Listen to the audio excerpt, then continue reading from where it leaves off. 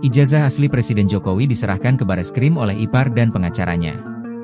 Ipar Presiden RI ke-7 Joko Widodo, Wahyudi Andrianto bersama tim kuasa hukum Jokowi memenuhi panggilan Bareskrim Polri, Kebayoran Baru, Jakarta Selatan, Jumat 9 Mei sekira pukul 9.28 waktu Indonesia Barat. Menurut kuasa hukum Jokowi, Yakup Hasibuan, kedatangannya kali ini untuk menyerahkan sejumlah dokumen dan ijazah asli Joko Widodo. Yakup membenarkan Jokowi memang tidak hadir secara langsung ke Bareskrim Polri. Pasalnya, pihak Bareskrim hanya meminta penyerahan dokumen penting yang bersangkutan dengan kasus tudingan ijazah palsu Jokowi. Atas hal itu, penyerahan dokumen ini diwakilkan oleh pihak keluarga Jokowi. Yakup membeberkan, ijazah yang dibawa mulai dari tingkat sekolah dasar, SD, sampai Universitas Gadjah Mada, UGM. Menurut Yakup, dokumen ini cukup sensitif, sehingga tidak mungkin untuk dikirim dari Solo, Jawa Tengah melalui jasa pengirim.